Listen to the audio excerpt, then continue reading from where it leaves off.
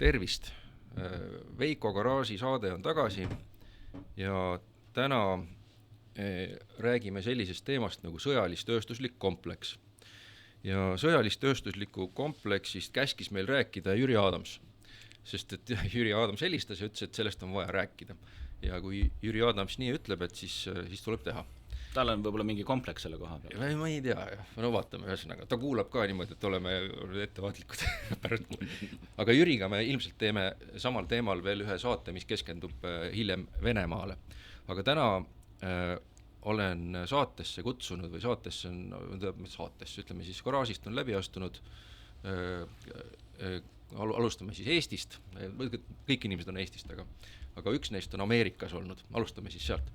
Et Aleksander Lambol, kes on töötanud sellises ettevõttes nagu Lockheed Martin ja siis enne seda vist ka Sikorsky. Ja ütleme mingi rohkem kui 10 aastat kahest kokku või ma ei tea, kui kaua täpselt. Ja midagi ta seal tegi. Ja need inimesed, kes täpselt ei tea, et mis see Lockheed Martin on, et seda nagu Selverist ei osta, eks ju, mingit sellist brändi ei ole. Et siis see on see maailma kõige suurem sõjatööstusettevõte, mis muuhulgas on tuntud brändid. On Universumi kõige suurem. Universum isegi, jah. Ja läbi ajaloo. Läbi inimajaloo kõige suurem. Et seal on näiteks sellised brändidest on F-35, võib-olla inimesed on kuulnud, ja mis nad on, Patriot ja Javelin ja sellised Eestis on nagu see Himarsi toode on vist praegu kõige kuulsam. Ja Himars, jah, just. Ja no ühesõnaga. Ja Aleksander on siis sõjalis-tööstuslikus kompleksis töötanud juba mõnda aega. Ja teiseks on külla tulnud Ingvar Pärnamäe ja Ingvar alustas oma töömehe teed, mida on alati tore rääkida, Eesti läbi ajaloo ja Universumi kõige noorema parlamendi liikmena, vist 21 aastane olid siis, jah. Ja siis suundus kaitsetööstuse veel, aga kaitseradadele. Läks tööle kaitseministeeriumisse ja töötas seal lõpuks kaitseministeeriumi asekantslerina ja sellise isikuna, keda nimetati vist relvastusdirektoriks, aga vist Eestis sellist nime ei ole, et see on mingisugune pigem vist mingi rahvusvaheline mingisugune pagun või mis asi see on? Jaa, tere minu poolt ka, et ei, see on täiesti eestikeelne nimi, ongi relvastusdirektor. Okay. Ja see on NATO termin, et igas NATO riigis selline inimene on olemas ja valitsuse poolt ta siis katab selle konkreetse riigi relvastamise ülesandeid kõige laiemas mõttes.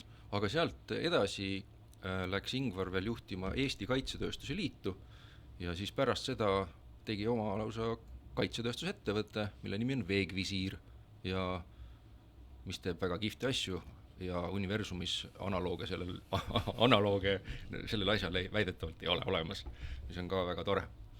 Ja niimoodi, mis ma tahan öelda, et mõlemad mehed, et Eestist põhimõtteliselt praegu täna ja võib-olla ka nädala pärast ei ole leida pädevamaid inimesi sellel teemal rääkimas. Nii et kuulake Veiko Garaaži. Aga sõjalis-tööstuslikust kompleksist rääkides, et ma ei teagi, me peame kuskilt nagu alustama seda.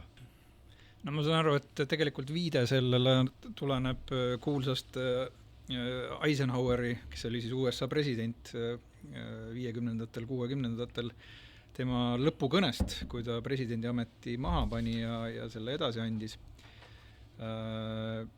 Aastal 61 siis oli see, et kus ta võttis kokku oma presidentuuri ja muuhulgas rääkis siis sellest, et kuidas enne suuri sõdu, viidates siis 2 maailmasõjale, USA-s ei olnud olemas korralikku kaitsetööstust, et nagu enamikes riikides vanadel aegadel kaitsetööstus tähendas ju tegelikult seda, et kui põllumehed muidu kasutasid atrasid ja muid metallesemeid, et põldu harida, et siis kui sõda tuli, siis adrat taoti mõõkadeks, et see oligi see kaitsetööstus ju vanasti sellisel kujul. Et ka USA oli tegelikult samas kohas veel üsna hiljuti ja et seal, me oleme täna harjunud ju nägema, et nad on maailma ühes tipus, eks ju, absoluutses tipus, kaitsetööstuse mõttes, aga seda varem absoluutselt tegelikult ei olnud ja need 2 maailmasõda panid selle riigi olukorda, et kus nii-öelda tuli see põlve otsas tegemine otseses mõttes ära lõpetada ja luua mingi süsteem, nagu ta oma kõnes ütles, et ei saa olla nagu see asi niimoodi juhuslikkusel ja äkkkorras tehtud otsuste baasil juhitud, vaid et see peab olema süsteemselt arendatud valdkond ja tööstusaru.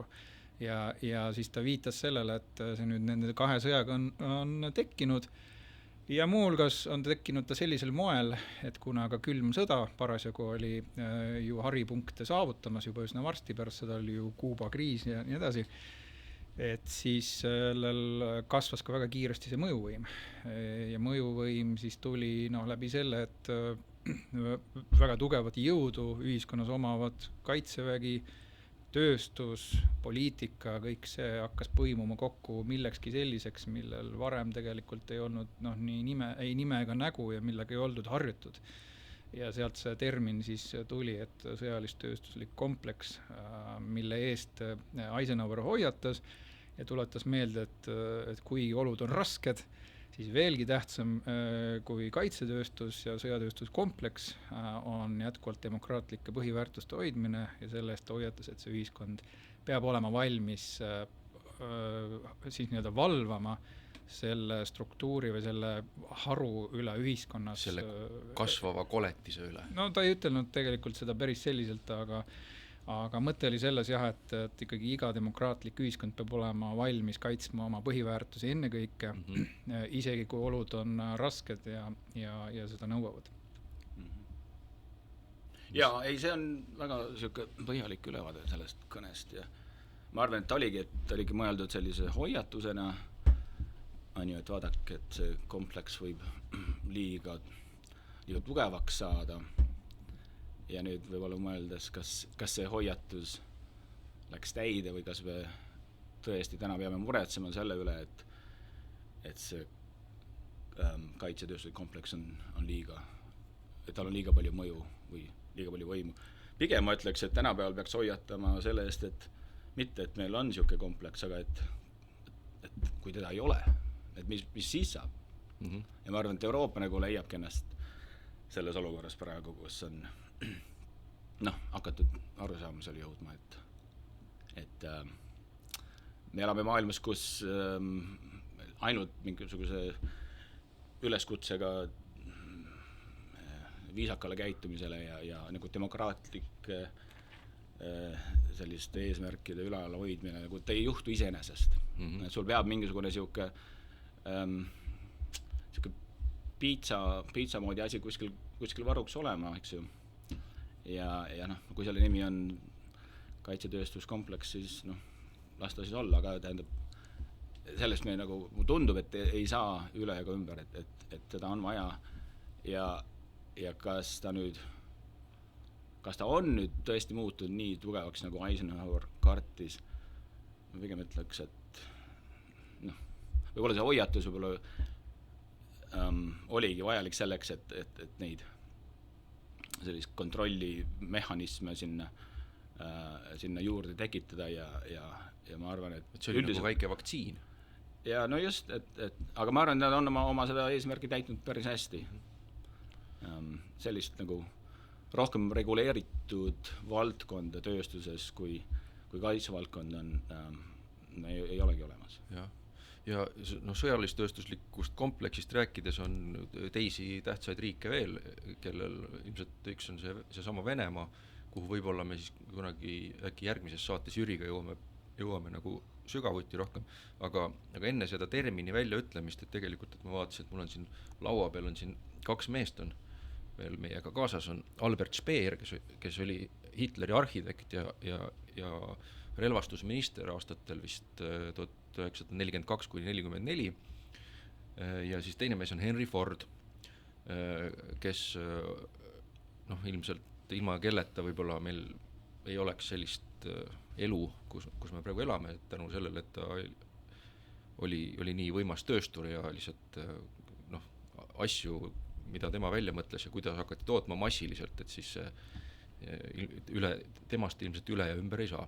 Aga selle Speeri puhul, et seal on nagu huvitavad kirjeldused, kuidas tema ka kirjeldab 42. aastal kõik, kui ta sai endale siis selle relvastusministri ametiposti, et siis kuidas ta pidi, Saksamaa oli sõjas, eks ju, ülemus ütles, et võita on vaja ja siis selleks oli vaja kõik teha. Ja siis kogu selle siis ka kompleksi, millel siis sellist nime tollel hetkel ei olnud, eks ju, et selle ülesehitamine, milline nagu insener, tehniline mingis mõttes, ta on nagu manageerimise ülesanne, aga samal ajal see on nagu hästi tihedalt seotud siis selliste tegevustega, millega siis Henry Ford tegeles, on ju, et seal on tänapäevase sõjapidamise juures kulub hästi palju rauda, hästi palju materjali, see materjal peab kuskilt tulema, siis on seal mingisugused ühesõnaga, kuidas sa selle kompoti kõik kätte või niimoodi kokku saad, et see on üks nagu niisugune päris suur ülesanne. Ja Eestis ma arvan, et me selles mõttes Eestis ei ole olemas sõjalist tööstuslikku kompleksi. Et me oleme võib-olla mingisuguse suure maailma pildi seal kuskil pisikeses nurgas, üks niisugune täpikene. No jaa, aga ma ei ütlegi, et see peab kuidagi aga ei pea, või et see nii oluline on, et igas kohas oleks oma kompleks. Et selles mõttes, et võime öelda, et Hiiumaal ei ole ka oma mingit kaitsetööstust. No ei ole. Et mis, Eesti on ikkagi niisugune Euroopa kontekstis, on ju, et me võib-olla, et iseseisvalt ei ole, ei tooda mingisuguseid relvasüsteeme, eks ju, vähemalt mitte veel.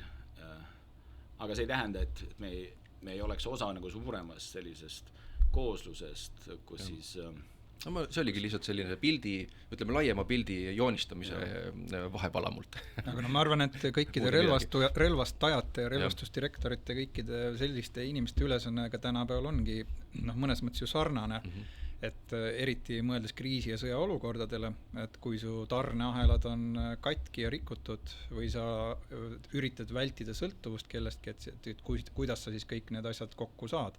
Ja kas või nüüd sama viimaste päevade Hiina, USA näide muldmetallide baasil, eks ju, on tegelikult samasse rubriiki minev asi, eks ju, et ega see sama F-35, mida me siin saate alguses mainisime kohe, et ka see on väga paljuski sõltuv toorainest, mis tuleb kuskilt hoopiski Hiinast, eks ju, mis sest, et ta on väga tugevalt kaitstud nii-öelda USA poolel ja see näitab nagu seda maailma nagu läbipõimumist täna palju keerukamal tasemel, kui ta veel Eisenhoweri ajal oli eales, eks ju, või Speeri ajal, eks ju. Nojah, aga võib-olla tarneahela ja sellisest kriisikindlusest rääkides siis lähemale, jah? Et Ingvar, mis sa arvad ja Veiko, mis ta on ju see kaitsetööstuslinnak, mis nüüd on nagu hoo sisse saanud või et ehitatakse seda Pärnu lähedale, eks ju, ja muidugi asja eesmärk on, et oleks meil üks kohapealne niisugune võimekus mingisuguseid lõhkainet ja moona ja sarnaseid asju koha pealt teha. Aga ma olen ka kuulnud kriitikat selle kohta, et kui tark mõte on panna meie need vähesed kaitsetööstuse ettevõtted, kes siis päriselt toodavad midagi kõik ühte kohta. Ma arvan, et seal ei ole jutt sellest, et kõik Eesti kaitsetööstuse ettevõtted seal oleks, vaid et oleks nendel ettevõtetel, kes kuidagi pidi on seotud laskemoona või lõhkaine tootmisega, et neil oleks üldse mingi koht, kus midagi teha üldse saab. Täna on see probleem Eestis, et üldse ei saa teha. Et ma ei tea, ettevõtted, kes siin teevad rakette arendavad, käivad Lätis, eks ju, neid laskmisi tegemas, sest seal saab, meil ei saa jätkuvalt kuskil seda teha. Et ma arvan, et see on tegelikult esimene samm selleks, et üldse saaks midagi teha, et see probleem Eestis on pigem nagu ma arvan seal. Loomulikult, kui neid kohti oleks rohkem, oleks palju parem ja ka nii-öelda hajutatuse mõttes oleks ta ka kindlasti ohutum julgeoleku mõttes, aga ma arvan, et parem see üks asigi, kui et üldse mitte midagi. No seda kindlasti, jah, et kui me vaatame ta niimoodi, et kui need on 2 valikut, eks ju. No täna reaalselt on. Siis, jah. Ja miks see probleem üldse on see, et tänaste seaduste kohaselt lõhkeaine ja laskemoon, nende ohualad on lihtsalt nii suured, et isegi Eesti riik, mis on üks hõredamalt asustatumaid riike maailmas, kui sa kaardi peal hakkad üritama mahutama neid rõngaid, et mis on see ohualaga tekivad, siis sa näed väga kiiresti, et Eestis tegelikult on ülivähe neid kohti, kus seda saab üldse teha. Nii et ta peab kuskile ikkagi ära mahutatud saama ja kui ta on seal nüüd tänasel Pärnumaal, siis las ta olla seal, võib-olla kunagi tulevikus õnnestub kuskile mujale veel midagi sellist teha, et oleks nagu hea, kindlasti hea. Ei, seda ma ütlen Ukraina näitel vist, sealt on need õppetunnid tulnud, on ju, et kui sul on need sihtmärgid on nagu nii haavatavad, eks ju, et sellest ei pruugi väga palju kasu olla, et me nüüd ehitame midagi välja, aga kui mingi rünnaku esimeste minutite jooksul see saab tabamuse ja mis me nüüd siis, kas me oleme tegelikult midagi saavutanud sellega? No ma arvan, et eks muidugi Ukraina olukord on selle võrra teistsugune, et seal siiski on päris sõda käib, et siis mõned reeglid ilmselt on natukene leebemad kui tavaolukordades. Ja olles ise ka külastanud Ukrainas mõningaid kaitsetööstusettevõtteid, siis nad on päris huvitavalt ära varjanud ennast, kus nad on. Ja selles mõttes neid on raske leida. Nii-öelda, et vastane peab kõvasti luuretööd tegema, et neid tegelikult üles leida. Ja ma arvan, et ega tegelikult, ma loodan, me kunagi Eestis ei pea sattuma sellisesse olukorda loomulikult, et peaks neid ettevõtteid niimoodi kaitsma või ära peitma hakkama. Aga eks ta kindlasti see variant on alati laual, et kui peaks päris vajadus olema. Ja ma arvan, et Eesti puhul on võib-olla isegi, Ukraina on suur võrreldes Eestiga pindalalt, eks ju. Ja isegi seal nad on, tegelevad selle varjimisega natuke sihikindlamalt. Et ma ei tea, Eestis vist. Aga muidugi tagasi tulles selle küsimuse juurde, et kas see kaitsetööstuse linnak on parem kui mitte midagi, siis absoluutselt on.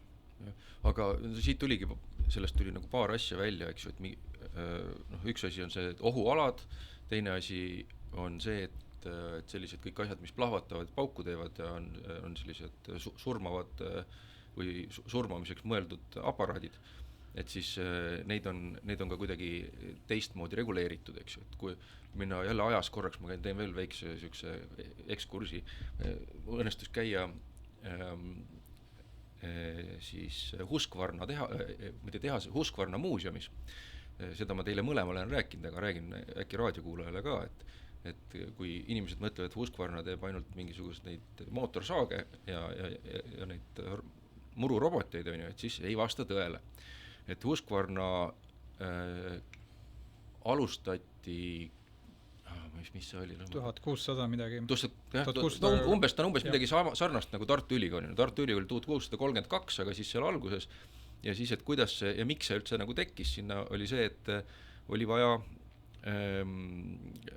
kes see Karl iganes seal toona oli, Rootsi kuningal oli vaja relvi ja muuhulgas Venemaaga sõdimiseks, eks ju, ja kus ta siis ringi käis, on ju. Ja siis see tehas või ütleme, toona ei olnud see tehas, see oli lihtsalt mingi selline rauasulatuspunkt, et kus siis mingisugused kohalikud külamehed läksid, kraapisid kuskilt rauamaagi kokku ja siis seal nagu sulatati seda ja siis tegelikult see ettevõte tegi esimesed vist 150 aastat ainult püsitorusid ja muud ei teinudki. Seda viitab muideks ka Husqvarna logo, et kui keegi täpsemalt vaatama hakkab, siis see on põhimõtteliselt see sihik on seal peal. Just, selle peale seda ma ei osanud vaadata. Et see logo on siiamaani seal sellest ajast. Ja, aga et siis oli siis kunagi 17. sajandil, eks ju, oma sõjalis-tööstuslik kompleks sellisel teistsugusel viisil ja siis see nüüd on nagu edasi arenenud, eks ju. Et toona ilmselt ei olnud niimoodi, et pidi siin nagu läbi arutama kellegiga, et millised laskealasid ja kuhu neid panna ja et kui me nüüd teeme mingi lõhkeaine tehase, siis on kui ohutuse see peab olema ja igasugused muud asjad, et siis kuningas ütles ja nii tehti, eks ju. Ja et siis ilmselt, siis kui ajas edasi minna, siis sinna Natsi-Saksamaa aegadesse, et siis seal ka ilmselt, et seal väga vastu vaidlemist ei olnud, et öeldi ja siis tehti. Aga et praegu on see nagu tohutult nagu reguleeritud valdkond nii Eestis ja mul on tunne, et Eesti tegelikult alles loob oma nagu regulatsioone, aga Ameerikas, kui siis Eisenhower nagu hoiatas 61. aastal vahetult enne raketikriisi, see tuli kohe järgi vist, eks ju, noh, see oli ka 61 Kuuba, jah, Kennedy sai presidendiks ja siis kohe oligi. Et siis Sass, äkki sa natukene selgitad seda, et kuidas Ameerikas, kuidas see nagu ütleme, kuidas see seadusandlus üldse on nagu arenenud või mida, või kas see on kuidagi kaitsetööstusel on mingisuguseid noh, seetõttu, et nad kasutavad nii-öelda avaliku raha arendamiseks. Ma ei oska isegi väga hästi küsida. Ma avasin mingisuguse sa laeka oled sa nüüd avanud. Palun vabandust, aga natuke. Seda džinni sinna tagasi ei suru. Ja ma arvan, seal on väga palju igasuguseid kihte, mida saab siis arutada. Aga ma võib-olla nagu selle Eesti noh, nende miks meil asjad nagu venima on jäänud ja miks nagu ei, et kõik need nõuded, keskkonnanõuded, eks ju, mida me siis püüame. Ja ehe näide või kõige viimasem näide vist on see saab on ju tee ehitamine. Et nüüd järsku tuleb välja, on ju, et vaata oleks ikkagi mõistlik, et võib-olla ei peaks Eesti inimesed on ju läbi Venemaa territooriumi sõitma niimoodi nagu lõbu pärast. Aga nagu ei ole teed, eks ju, et sealt see ümber saaks sõita. Aga teed ei ole sellepärast, et on mingisugune keskkonnamõjude hindamine, mis on vaja ära teha.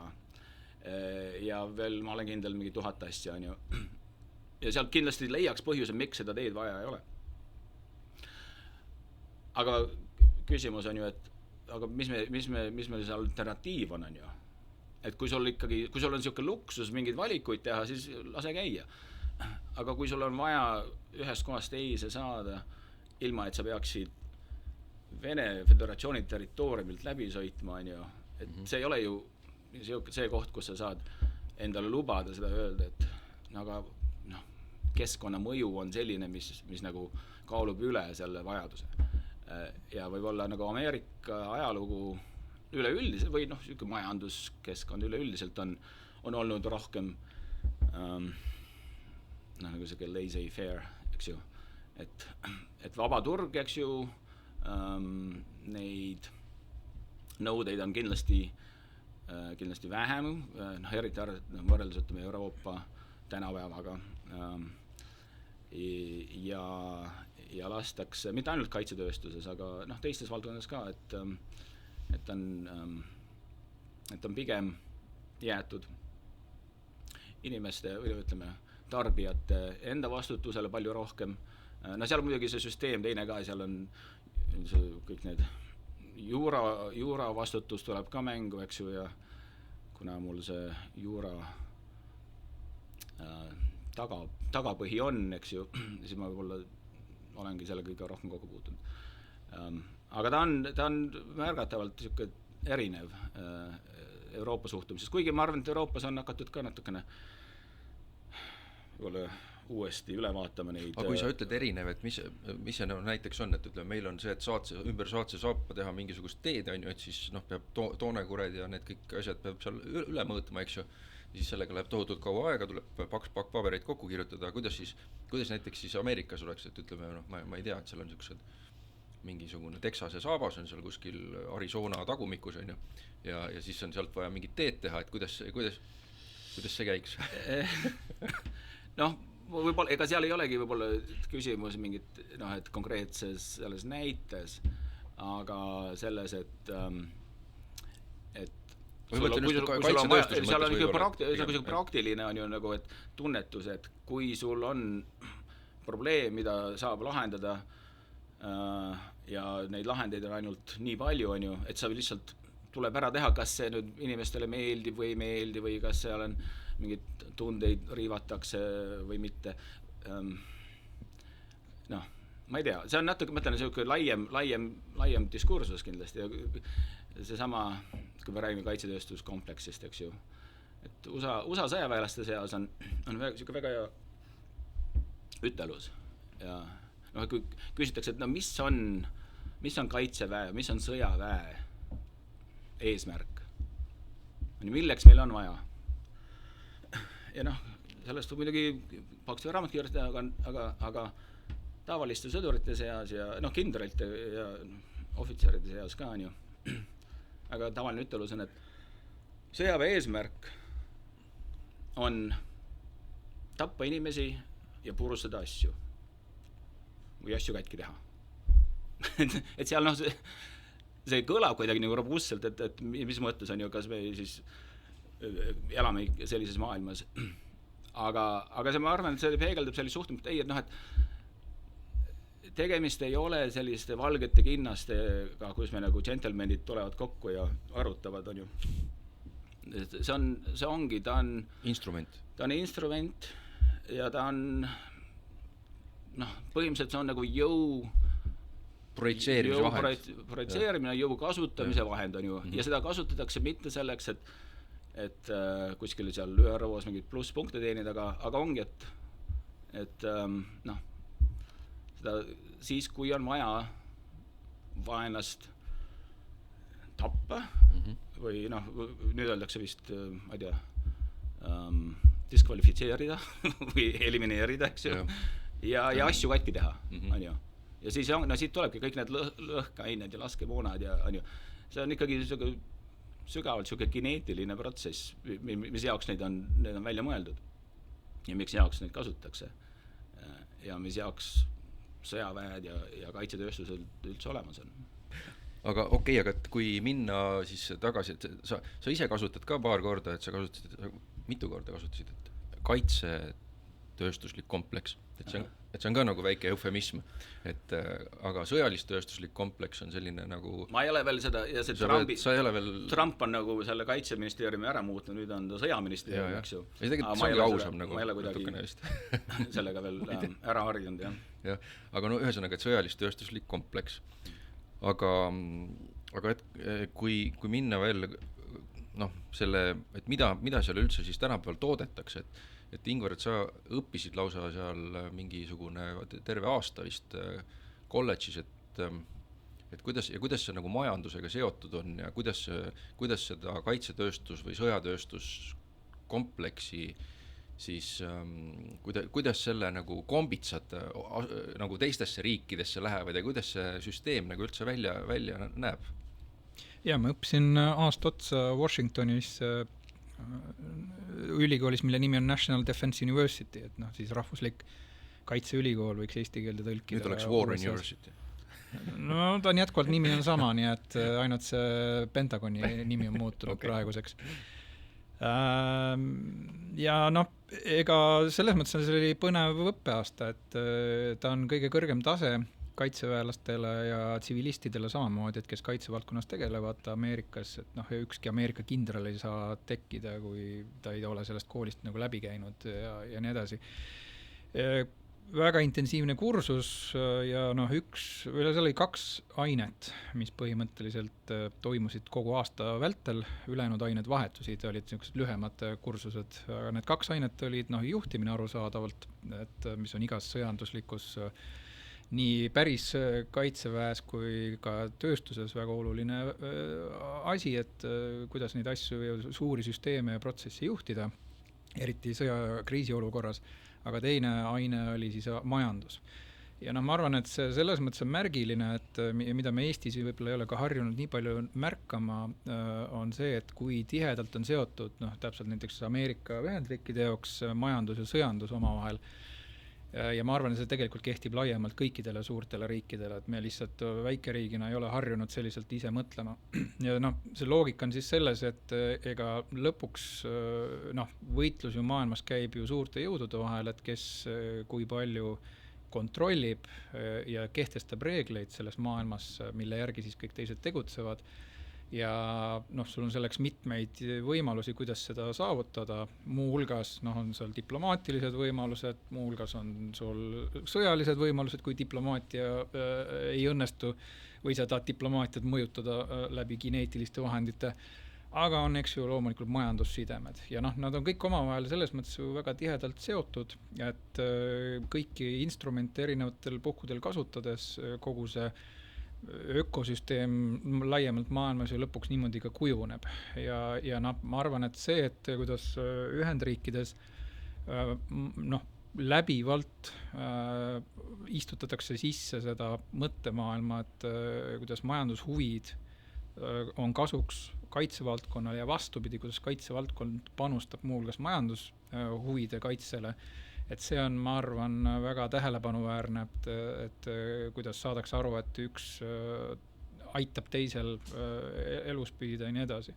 Ja ma arvan, et ega ka väikeriigi jaoks, tulles Eestisse, on ju tegelikult sarnased küsimused, et eriti kasvavate kaitsekulutuste kontekstis, eks ju, et kui me täna juba oleme panemas siin üle 5% SKP-st kaitsevaldkonda, et siis tegelikult on see samamoodi küsimus väikeriigile, et kui kaua sa jaksad tõsta seda nii-öelda SKP protsenti ilma, et sa nagu ei muretseks selle üle, et kuidas sa selle nagu tagasi teenid, seda enam, et kui ülejäänud majandusarud nagu on nagu surve all keskkonnast tulenevalt, mis meie ümber on.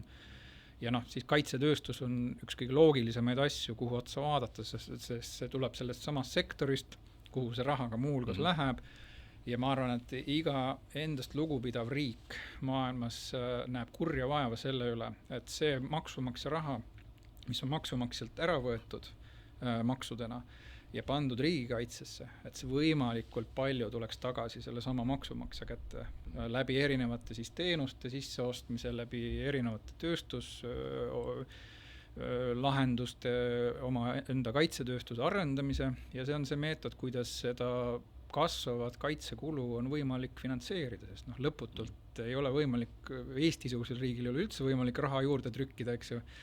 Ja siis ongi küsimus, et kust sul nagu see tuleb, et õpetajate palkade arvelt ei tahaks seda nagu lõputult teha, eks ju. Nii et selles mõttes ma arvan, et siin Eestis on ka mõtlemisainet kõvasti, et kuidas nii-öelda heas mõttes lõigata kasu sellest keerulisest olukorrast, kus me täna oleme jõudnud kindlasti majanduslikus ja julgeoleku mõttes ja vaadates ka, ma ei tea, teisi väiksemaid riike, kas või Iisrael, eks ju, Šveits ja ka Korea ei ole maailma kõige suurem riik, eks ju, oma keskkonnas, kus ta seal on, et kõik need sellised piiri peal keerulistes kohtades asuvad riigid on suutnud pöörata selle keerulise julgeoleku olukorra enda kasuks ja muuhulgas pannud püsti väga võimsa kaitsetööstuse, mis teeb innovatsiooni, tegelikult aitab kaasa suurele ekspordile, annab tööd inimestele ja kõik nii edasi, nii et seal on nagu tegelikult natukene vaja mõelda ja annab tegelikult välja mõelda igasuguseid võimalusi, et kuidas see olukord rohkem enda kasuks mängida. Siin ongi see, et kus meie sellel suurel pildil nagu paikneme, et me lihtsalt Eesti siis saaks aru ka nagu sellise mitte ainult siis rahvusriigina, vaid majandusliku agendina, eks ju, et kus ta nagu selles sõjaslis-tööstuslikus kompleksis asub ja et millised on meie võimalused. Et sellepärast ongi nagu võib-olla oluline seda kirjeldada, et kuidas või üritada lahti rääkida, et mis asi see maailmas on. Ja seda me üritame täna teha.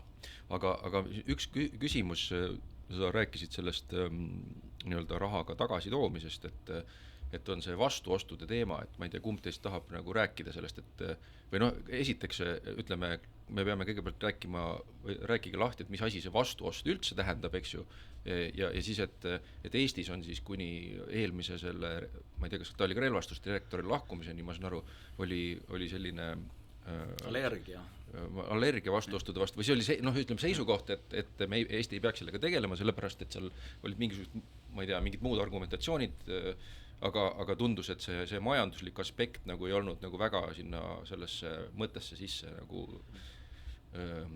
kootud. Lihtsalt, et ära rääkida, mis on vastuost. Vastuost on lihtkeeles öeldes see, et kui Eesti ostab mõne kalli relvasüsteemi kuskilt välismaalt, siis ta mingis mahus või samas mahus või isegi suuremas mahus küsib sama summa eest mingeid teenuseid või oste Eestist tagasi. Ehk et ta proovib seda raha siis tuua Eestisse tagasi, et see on vastuostu nagu olemas. Aga see tähendab siis seda, et seda tehingut ei sünni jah, see põhimõtteliselt tähendabki seda.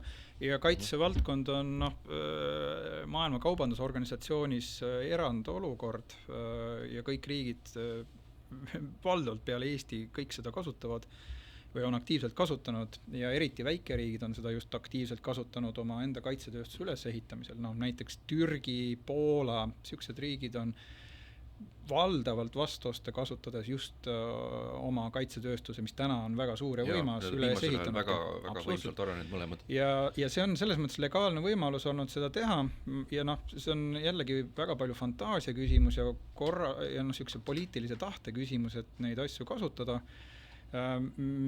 Ja ma tõin siin algul väga lihtsustatud näite, mis vastuost on, aga ta tegelikult saab olla iga tehingu põhjal väga erinäoline, aga ütleme, et minimaalselt, mida saaks alati teha, on see, et kui me ostame näiteks mingi raketisüsteemi, et siis osad selle komponendid toodetakse Eestis, näiteks mingid need rakette välja tulistavad kanistrid näiteks võib Eestis toota, raketi enda osiseid saab Eestis toota, selle asja elutsükli hoolduse saab Eestis korraldada ja nii edasi. Soomlased toodavad ka ju lennukimootoreid, eks? Soome tegelikult on võtnud läbi ajaloo positsiooni, et kõik relvasüsteemid, mida nad eales ostavad ja see läheb välja jälle F-35-ni jõuame, et ka kõige keerukamaid relvasüsteeme peab olema võimeline täielikul määral Soomest toetama. Ehk see tähendab seda, et nende enda tööstus peab olema võimeline tagama selle, et kui on mingi tõeline jama, et see F-35 lennuk on võimeline lendama ja oma ülesandeid täitma, et see on lõpuks selle asja nagu mõte. Ja mis tähendabki seda, et selleks on toodud Ameerikast siis vastavad oskusteavest Soome. Reaalses tähendab see seda, et mingid Soome ettevõtted OÜC ja OÜTO on saanud väljaõppe ameeriklaste poole pealt, siis Lockheed Martin, kes seal siis kõik nagu on selle läbi viinud ja nad on välja õpetatud, treenitud, neil on sisseseaded vastavad, neil on laborid vastavad, tootmisliinid vastavad, selleks, et siis seda F-35 kogu oma keerukuses oleks võimalik siis, eks ju, Soomest toetada. Nii et kas me Eestis oleks võimeline tegema seda sama? Ma väidan, et me ei ole Soomest kehvemad. Kuskilt tuleb alustada, et me võib-olla ei pea võtma kohe eesmärgiks, et me, Haimarsi rakette peaksime suutma siit Eestist 100% igal moel toetada, aga me peaks vähemalt astuma mingisuguseidki samme, et me üldse sinna kunagi jõuaks. Et kui ei alusta nagu väikestest sammudest pihta, siis seda suurt hüpet mitte kunagi ei tule. Et ühesõnaga, kui vastuoste ei oleks, siis me oleksime sellest pildist üldse väljas. Natuke niimoodi... Ei, kui sa tahad olla selles ökosüsteemis sees, siis et ise lihtsalt tühja koha pealt hakata, ütleme, kuna ma arendan välja mingisuguse kompetentsi, see on see on nii pika vinnaga asi, et sul ei ole, peaaegu et ei olegi mõtet. Ja miks need riigid, ja Soome on väga hea näide, aga kõik meie naabrid teevad seda ja on teinud juba aastakümneid, eks ju, et nad tahavadki nagu oma jalga sinna ukse vahele saada, eks ju, kindlasti on osa sellest just julgeolek, et sa saaksid kriisiolukorras ise neid süsteeme seal hooldada või käigus hoida, aga tal on väga tugev sihuke majanduslik, majandustööstuslik ja ka sotsiaalne ja sotsiaalne mõõde ja kas nende samade vastuostude puhul, et see on see oli, omal ajal oli küll väga tavaline ja üldiselt tehti neid vastuoste just sama, ütleme, selle hanke raames, eks ju, et kui sa ostad raketi, on ju, et siis osa sellest me tahame siin teha. Ja näiteks Soome F-35 puhul näiteks nad toodavad nagu mingis koguses, aga nagu lennukikeresid, fuselage, on ju, ja mitte ainult tähendab, see ei ole nagu nende enda lennukite jaoks, eks ju, see on osa selle Lockheed Martini tarneahelast, on ju, nemad toodavad neid keresid, mis siis viiakse Texasesse, kus see kõik kokku pannakse, eks ju, ja müüakse ükskõik kuhu ümber maailma, et aga sa oled selle ahela lüli tänu sellele ja ütleb, et ega kui isegi soomlased on ju kogu oma sellise tubliduse juures, nad ütleks, et kuulge, et me tahame hakata F-35 keresid tootma lihtsalt nagu lambist, siis seda juhtuks. On ju.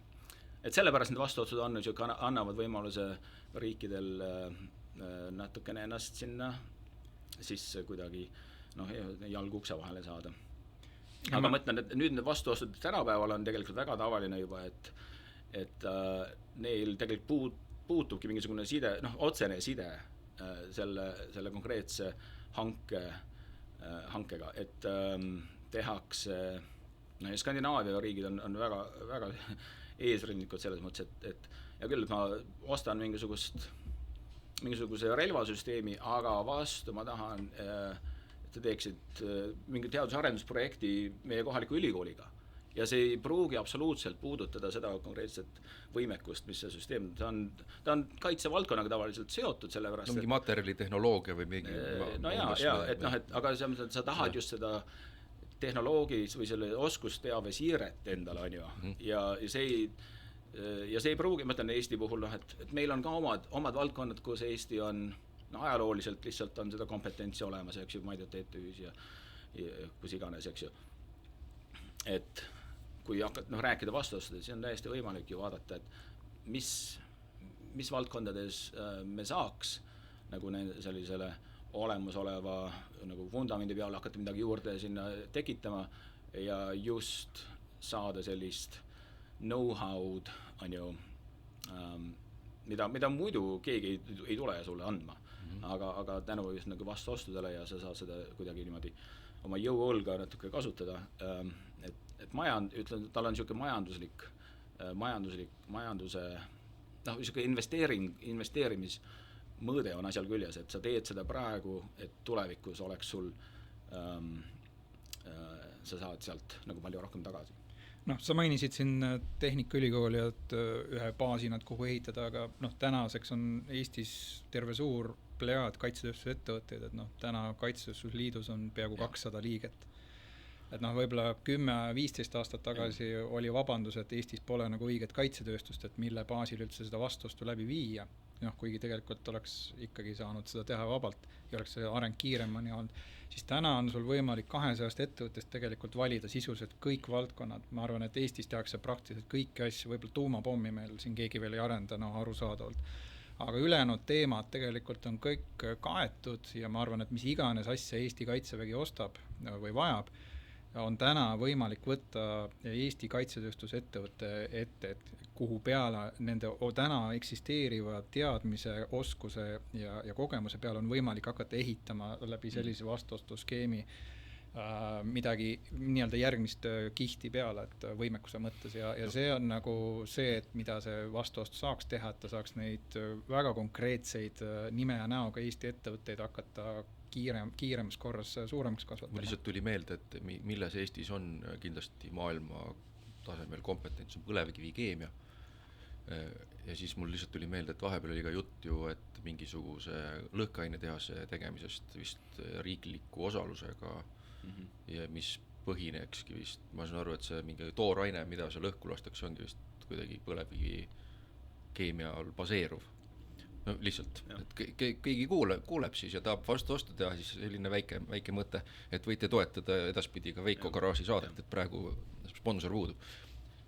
Ei, aga Ingvar, see point on muidugi väga õige, et sul on nagu terve nüüd kaitsetööstus ettevõtete selline kaitsetööstusbaas. Baas on ju, sul on valida on ju ja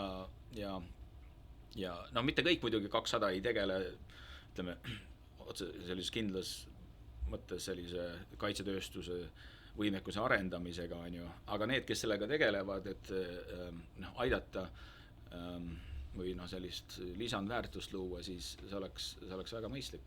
Ma ütleks, et USA, nagu me räägime USA-st ka, eks ju, et seal on just selle kaitsetööstuse rolli nähakse mitte ainult mingisuguse konkreetse relvasüsteemi või kaitsevõimekuse väljatöötajana, aga just nagu natuke üldisemalt sellise majandusliku arengu ja teadus- ja arendustöö sellise mootorina, on ju. Ja me ju kas või seesama internet ja asjad on ju kõik GPS-id, et see kõik tuli ju omal ajal just tänu sellele, et kõigepealt Pentagon on ju arendas seda välja ja siis läks, et ja see ei ole juhus, see ei ole niimoodi, et see kogemata niimoodi läks, on ju, seal on tegelikult väga paljusid asju, avastusi ja uusi asju, mis on tulnud kaitsetööstusest, ja riik paneb oma õla alla just sellised teadus-arendustööle, et finantsiliselt on seal kaitsetööstusettevõtetel on väga siuke hea stiimul sellised nagu arendustööd teha. Et siis ta on nagu selline innovatsiooni katalüsaator ka mingis mõttes, eks ju? Ta on katalüsaator, jah. Ja siis teises mõttes jällegi need innovatsiooni katalüsaatorid on halb öelda, eks ju, aga on relvakonfliktid, eks ju, et nüüd kui me vaatame, kui ma mõtlen, siin hiljuti lugesin, mis on, et HIMARS-iga ei saa enam neid kätte neid, mis see oli see venelaste raketid, ei tule nimi meelde praegu. No ma ei tea, mingisugused ühesõnaga, et nad on kirjutanud midagi ümber ja siis lõpuks need hakkavad seal tegema mingisuguseid krutskeid. See õhukaitse, see Patriot ei saa enam kätte. Patriot ei saa kätte ja midagi, jah. HIMARS see saab kätte, see saab asjad kätte. Purustab ja teeb neid asju, mida sõjavägi peab tegema. Jah. Mul oleks mõte. No aga selles mõttes ma tahtsin lihtsalt öelda, et sassi jutu jätkuks, et ega konfliktid iseenesest tekitavad lõpuks selle vajaduse, mille ümber ju kaitsetööstus lõpuks ka toimib. Et kui ei ole sellist tellimust kaitseväe poolt, et mida on vaja teha teisiti rindel piltlikult öeldes ja otseses mõttes täna, siis on nagu tööstusele ise ju väga raske leiutada midagi, ja ma arvan, et ka kõige väärtuslikumad leiutised, mis on ka tsiviilellu tulnud kaitsevaldkonnast, ongi tulnud läbi selle, et on olnud väga selge ja väga keerukas ülesanne kaitseväe poolt, et teha nüüd ühte, teist või kolmandat. Ja miks seda innovatsiooni on hea teha kaitsevaldkonnas, on see, et kuna on tegemist väga keerukate ülesannetega, kus tsiviilmaailmas ei ole piisavalt sellist kannatlikku kapitali, kes oleks valmis finantseerima selliseid arendustegevusi sellistes mahtudes, nagu seal vaja on, siis riigi kaitse ülesannetes, kui nagu kaitse on nagu tähtis, siis seal sellist kapitali on võimalik riikide poolt anda nendele ettevõtetele selliste asjade tegemiseks. Ja see on ka see põhjus, miks mõnes mõttes tekivad sellised huvitavad imelikud asjad, mis muidu võib-olla ei tekiks. Nii-öelda maksja ja lõpptarbija on riik. Just, aga ma just tahan öelda seda, et see vahe on selles kapitali kannatlikkuses, mis on hästi kriitiline küsimus siin, sest erakapital tavaliselt ei ole kannatlik liiga palju, et ka hiljemalt 10 aasta pärast tahaks oma 10 või 20 X-i kätte saada, aga riik võib võtta selle rolli ja üteldagi, et aga mul on olulisem riigi julgeolek kui see 10 X-i ja ma panen selle raha selle konkreetse keeruka ülesande lahendamiseks selle eesmärgiga, et mul oleks süsteem näiteks 10 aasta pärast olemas ja ma tunnen ennast selle läbi turvalisemalt versus see, et ma olen teeninud siis seda 10 X-i. Ja ma arvan, et tavaliselt 10 X-i hiljem tuleb niikuinii, sellepärast, et kui sa mõtled ja arendad välja midagi väga unikaalset kogu maailma mastaabis, siis see ekspordipotentsiaal on kindlasti väga tugev seal taga hiljem. Jah. Ei, seda kindlasti, ma arvan, et see julgeoleku, et sa teed seda selleks, et sul oleks siuke kindlustunne tulevikus. Aga ma arvan, et seal ongi see kui me räägime, et 5%, et kuidas seda nagu ühiskonda tagasi tuua, et kas see on nagu samamoodi nagu maha visatud raha nagu, ma ei tea, nagu kui sa käid seal Wagenkülli on ju spaas,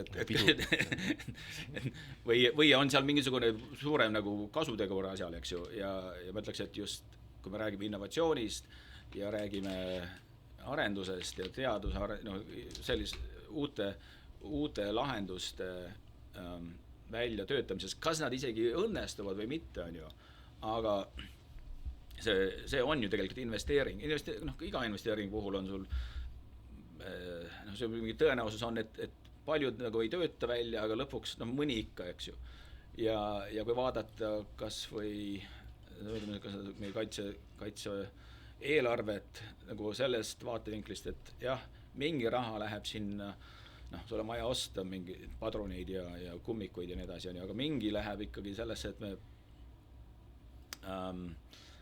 et me anname oma kaitsetööstusele, oma ettevõtetele, oma ülikoolidele ja teistele asutustele et me anname neile mingisugused ressursi, et hakata, et minge ja tehke ja proovige, et ta ongi nagu siuke innovatsioon ja investeering tulevikku, on ju. Aga see on nüüd see koht, kus on ka tohutu vahe näiteks USA ja muu maailma vahel, et USA, kes on pannud minu mälu järgi suurusjärgus 6-7% kaitse-eelarvest kogu aeg, aastakümneid, teadus- ja arendustegevuse toetuseks, eks ju, siis Euroopas need näitajad on umbes enam poole väiksemad ja Eestis on nad ikkagi veel omakorda veel Eestis on see suur eesmärk, et meil vist on, et peaks olema 1% SKP-st läheks teadus- ja arendusse. Aga nüüd ongi küsimus, et näiteks seal nagu ei... kui palju sellest 5%, mis kaitse valdkonda Eesti, eks ju, riigina investeerib, et kui palju sealt läheb sellesse teadus- ja arendustegevusse. Või me ostame suuri torusid kuskilt välismaalt ja paneme sinna. No seal need vastuostud oleks tegelikult väga siuke hea võimalus suurendada seda teadusarendus on ju asja, ilma et sa tegelikult maksad 100% selle kinni. Jaa, aga isegi sellele vaatamata tuleks ka seda proportsiooni vaadata, et okei, nõus, et on olemas mingid nii-öelda hädavajalikud ja pakilised vajadused, nii-öelda urgent requirements, eks ju inglise keeles, et mis tuleb kohe ära täita, et et sul see laskemoon ikka oleks mingis koguses seal kuskil ootamas, et kui tõesti vaja läheb. Aga et seda teadus- ja arenduspoolt, seda osa, mis kaugemat tulevikku nagu toidab, et seda poolt peab ka nagu alati silmas pidama, et seda on väga lihtne ära unustada. Ei just, jah. Ja ma ütlen, ja me ei peagi mingit jalgratast leiutama, et lihtsalt piisab sellest, kui vaadata, mida teevad soomlased või rootslased või taanlased või poolakad ka, kes on just selles valdkonnas, ütleme, üles ehitanud on ju väga-väga sellise toimiva ja hästi toimiva süsteemi. Et õppida siis vaadata ja me ei pea midagi siin uut väga leiutama, et kuidas nemad teevad ja siis teeme järgi. Aga innovatsioonist rääkides, et Ingvar, äkki sa tahad korraks Veegvisiirist rääkida, lihtsalt Veegvisiir ei ole saate sponsor.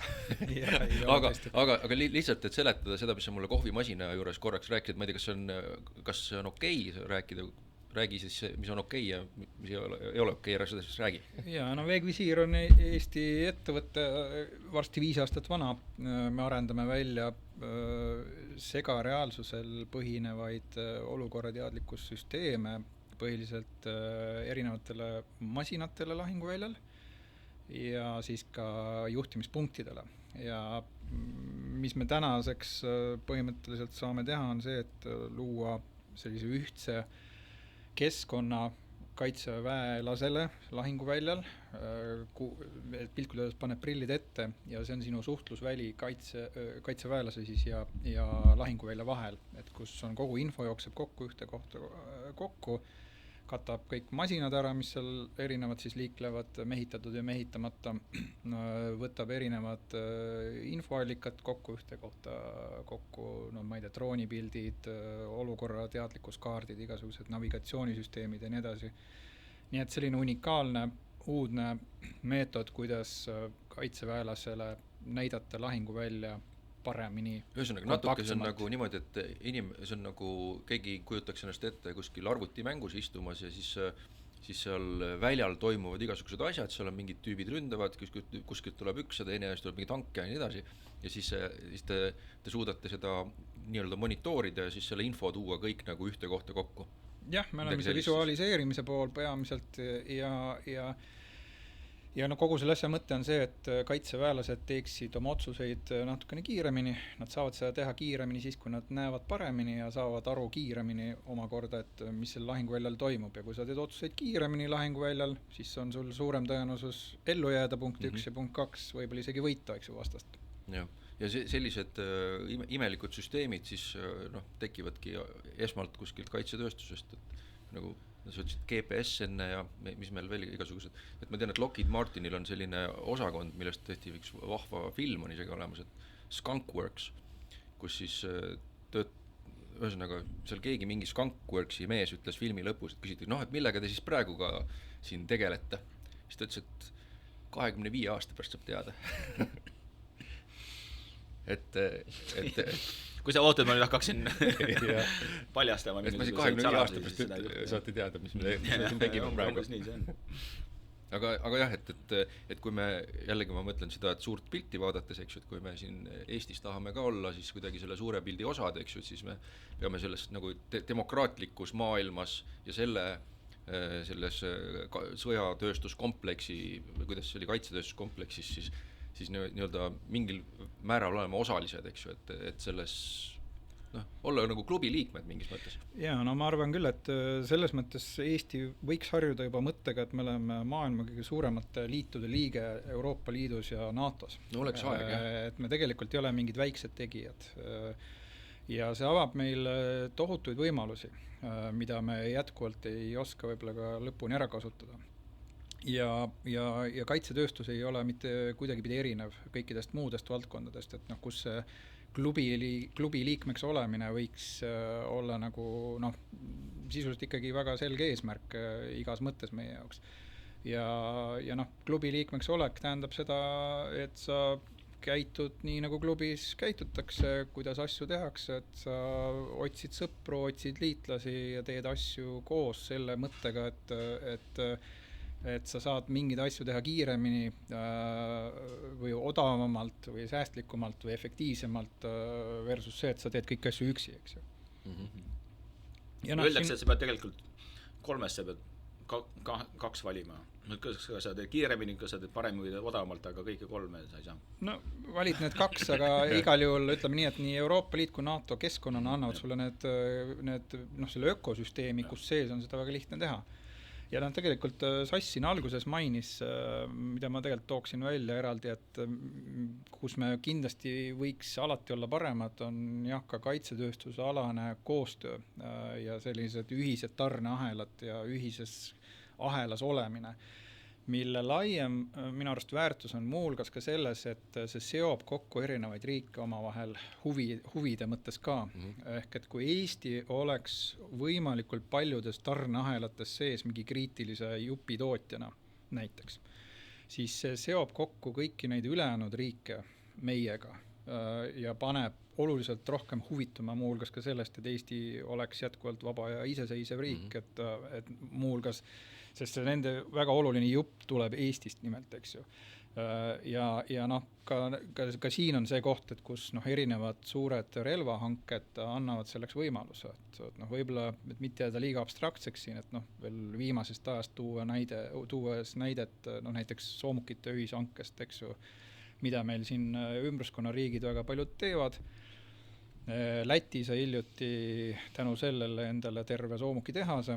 Nad toodavad tervele nii-öelda põlvkonnale soomukitele mingit väga kindlat juppi, eks ju, siis Lätis ja tänu sellele Läti on väga paljude riikide pildil, kui väga oluline koht, kus neid asju tehakse. No see soomuk on Patre 6x6, jah. Just. Lihtsalt, et öelda, et siis inimesed on näinud seda võib-olla paraadil ka. Jaa. Aga see on nagu näide sellest, et kus mõnikord selline klubilisus ja suurem pilt võib kaaluda üles selle, et näiteks see masin tingimata peab olema, ma ei tea, kõige odavam või mis meil tihti riigihangetes võivad olla need otsustavateks kriteeriumiteks, eks ju, et seal peab nagu vaatama alati natukene seda suuremat pilti ja hindama ka seda väärtust, mis tuleb palju hiljem peale seda hanget ka, sest ütleme see sama Läti näidet tuues, siis see, et nad konkreetse hanke raames, kus tehas Eesti või Läti jõudis, said need soomukid valmistada seal selle konkreetse hanke jaoks.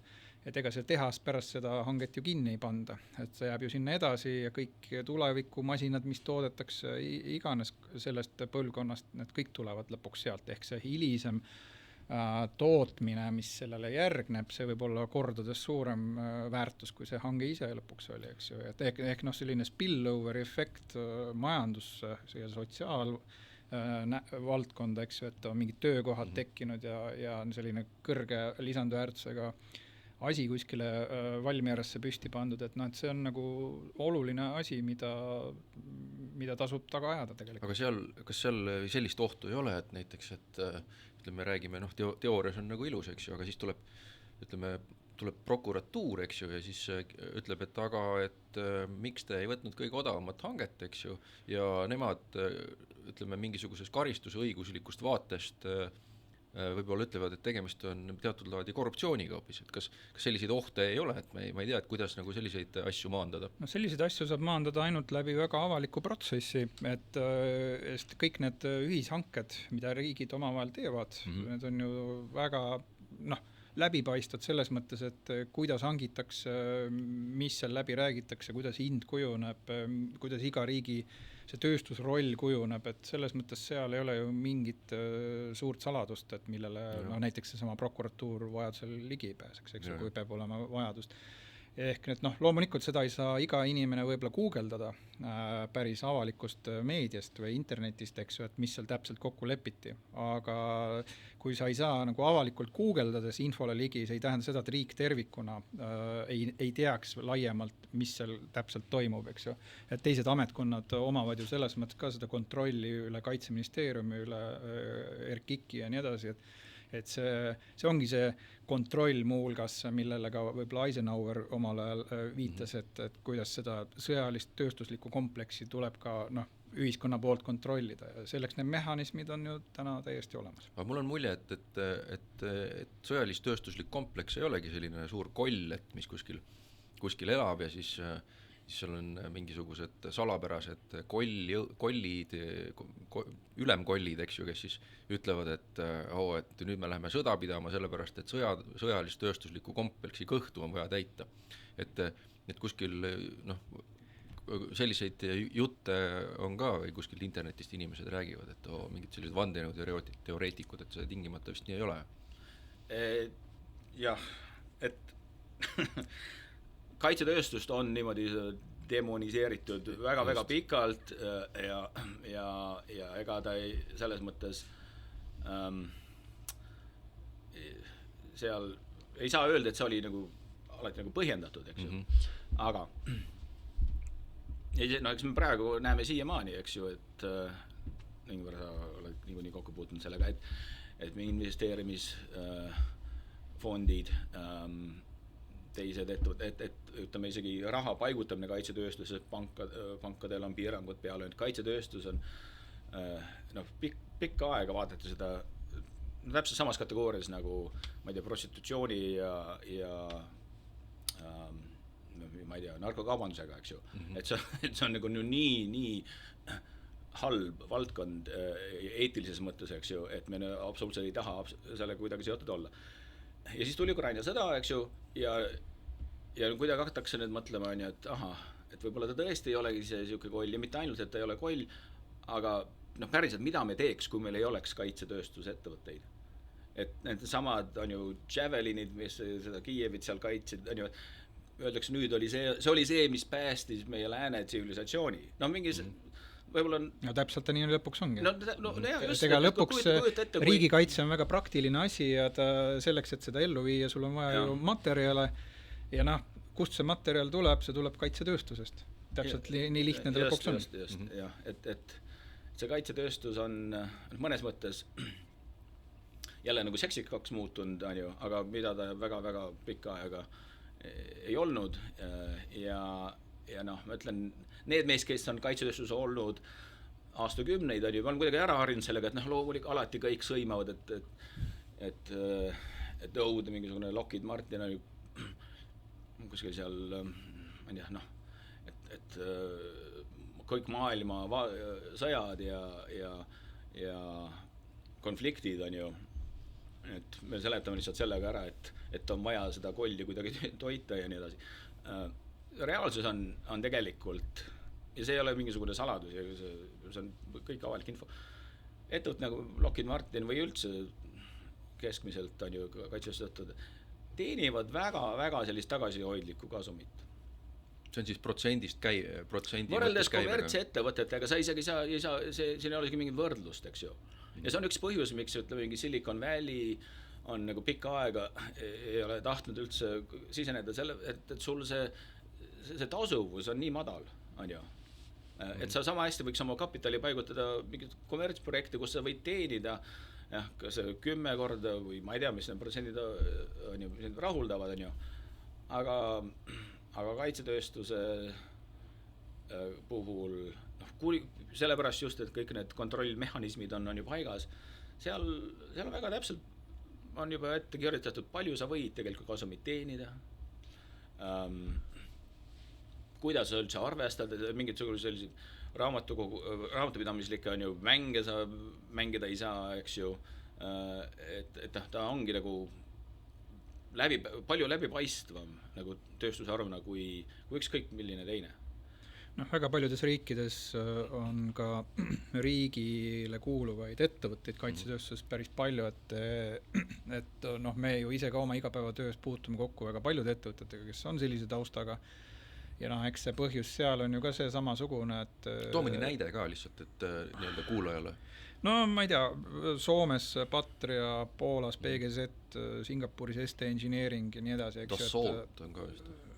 Ei ole kindel, et kas nad on, aga ühesõnaga on rida riike, et kes on pidanud vajalikuks sellise kontrolli omamist, just nimelt selle, kuidas see hind kujuneb, kuidas kõik kokku jookseb.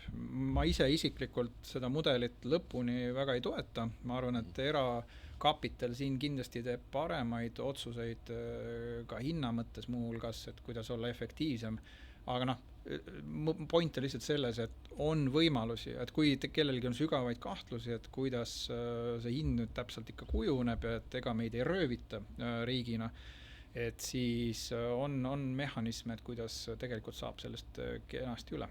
Ja.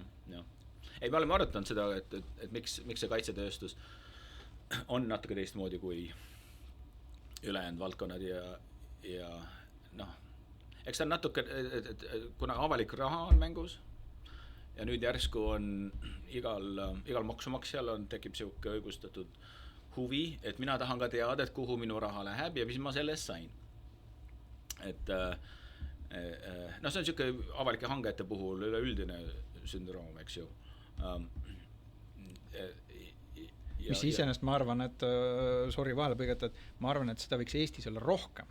Et tegelikult maksumaksja võiks küsida küsimusi rohkem, et kuhu minu raha kadus ja seda enam, et ma maksan järjest rohkem ja me kõik siin laua ümber maksame riigikaitsesse järjest rohkem ja seda rohkem seda küsimust tuleks küsida.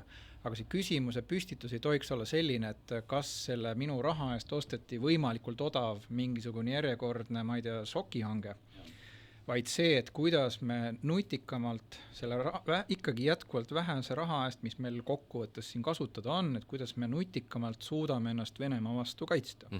Ehk lõpuks see on see ülesanne, mis maksumaksja ju peaks riigikaitsesektorile tervikuna andma, et kaitske meid Venemaa eest, kaitske meie iseseisvust, eks ju, et see on see. Ja kuidas iganes see lõpuks selle raha eest on võimalik ära teha, et ma arvan, see ongi see lõpuks sellele süsteemile see ülesanne välja mõelda. Ja kaitsetööstus siin, ma arvan, kus on väga palju ajusid peidus ja kus seda innovatsiooni on võimalik välja tuua kõige lihtsamal moel, see on see koht, kus tegelikult väga palju selliseid lahendusi võiks välja tulla. Siin seoses nende kaitsetööstuskulude kasvuga ja sõdade ja asjadega, viimasel ajal on ka, ongi need startup'e tekkinud palju, eks ju, mis on tulnud ja siis nende aktsiate väärtused on mingid täiesti ulmelised pöörased, eks ju, nagu näiteks selline ettevõte nagu Palantir ja siis nende Palantiri juhid, nemad on sealt pärit nii-öelda startup ettevõtluse maailmast justkui, eks ju, sellest taust on kuskilt sealt, Palantir Anduril ja veel, eks ju, nemad siis omakorda ütlevad, et see vana kaitsetööstus, et Lockheed Martinid ja vanad dinosaurused, seal Raytheon ja mis nad on, eks ju, et need kõik surevad varsti ära, sellepärast, et asju tuleb hakata tegema hoopis uut moodi ja teist moodi. Ja siis aktsiaturud näivad vist seda juttu uskuvad.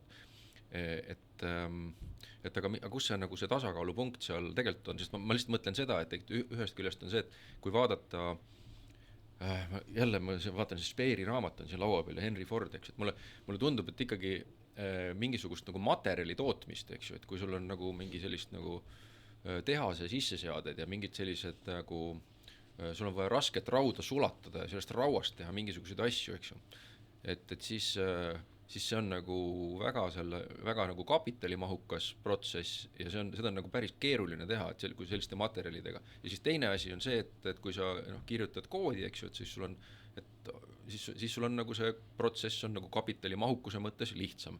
Aga samal ajal on siis see, et kui inimesed on tulnud võib-olla või noh, taust on selline, ongi nagu tarkvara arenduse taust, eks ju, kus siis on kiiresti võimalik skaleerida ja vigu parandada ja toodet müüa, et see nagu sellises füüsiliste asjade maailmas nagu nii lihtsasti ei toimi.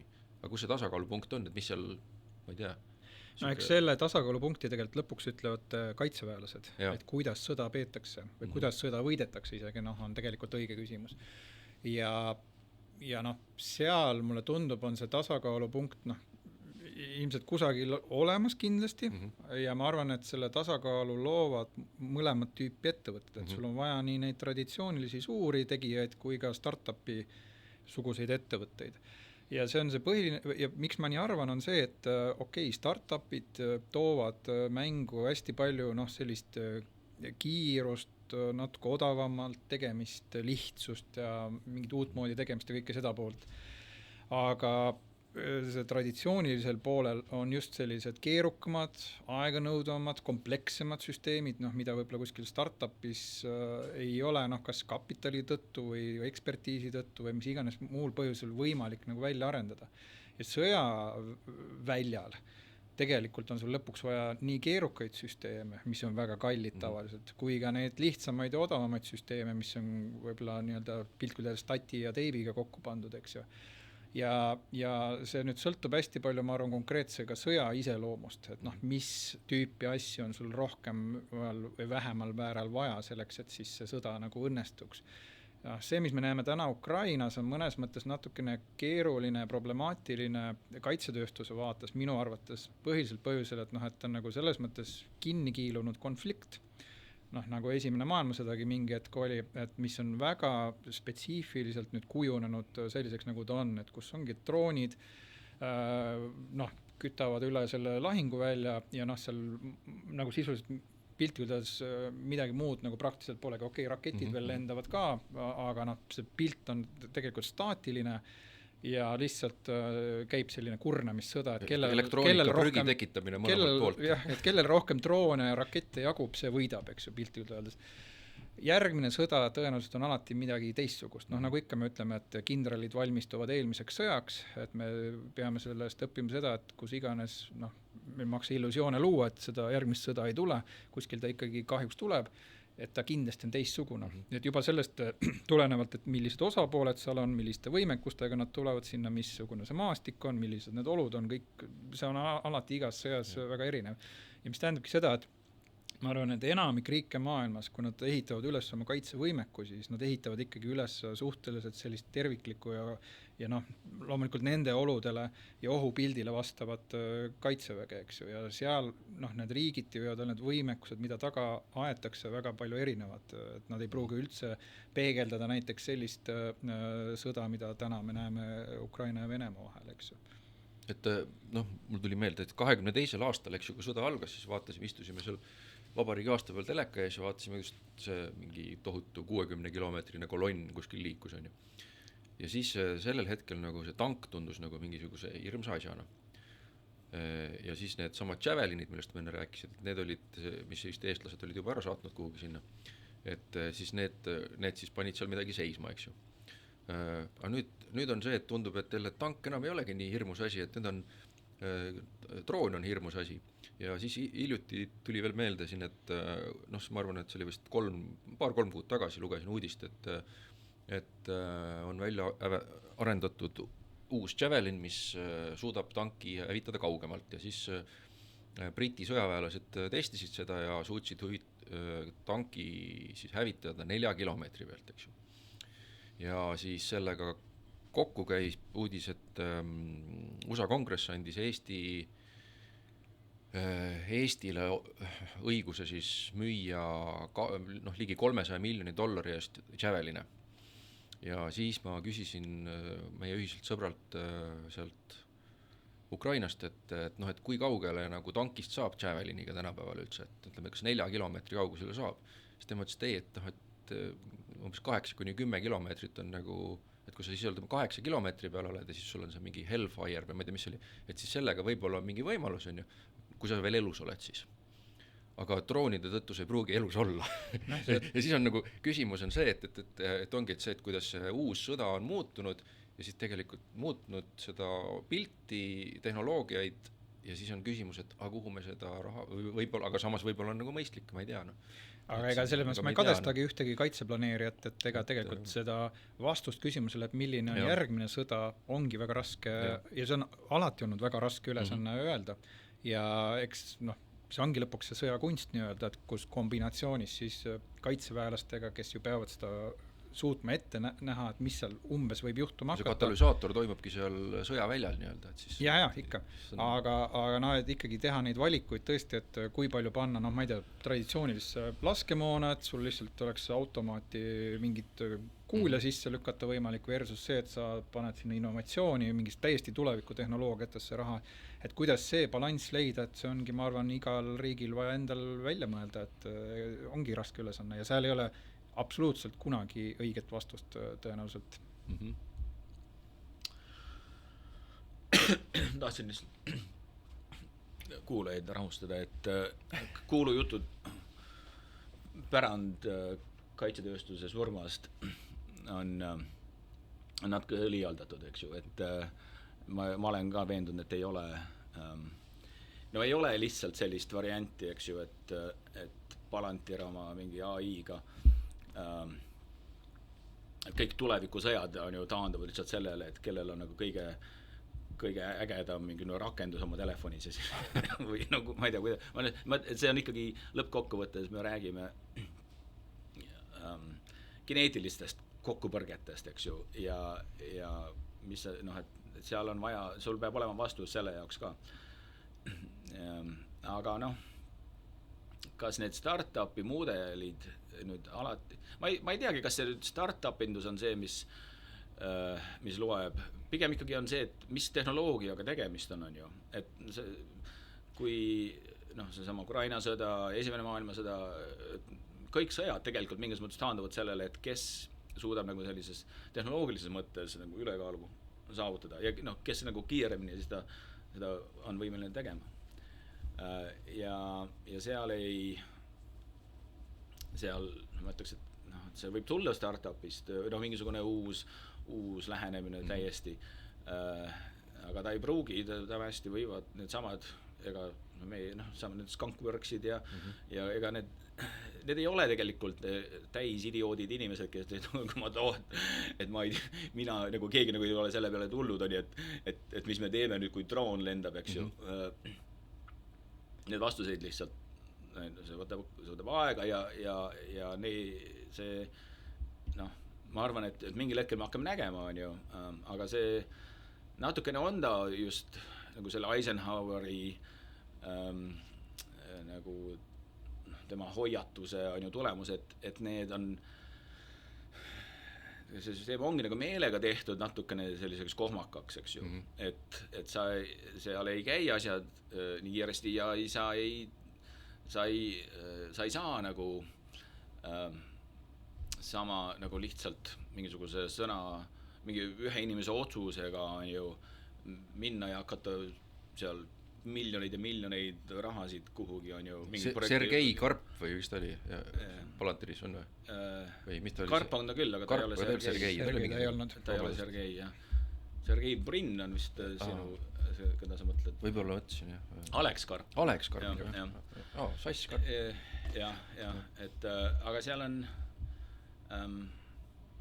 kindlasti on väga palju on selliseid näiteid sellisest, nagu öeldakse see low-hanging fruit, eks ju, et madal rippuv vili ja kindlasti on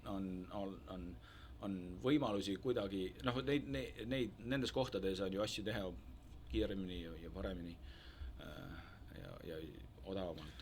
Kõrvalepõikena ma tahtsin lihtsalt öelda, ma just täna hommikul vaatasin üle viimase seisu nii-öelda top 100 ettevõtte nimekirja, et kaitsetööstuses ja mõlemad Palantir ja Anduril on jõudnud nüüd top 100-sse sisse, et et sa võid ka tegelikult juba küsida, et kas nad on, eks ju, enam need startupid või nad on tegelikult ka väga paljuski juba suured ettevõtted, kes on ikka väga suurte eelarvete ja ka sisemiste protsessidega ja nii edasi.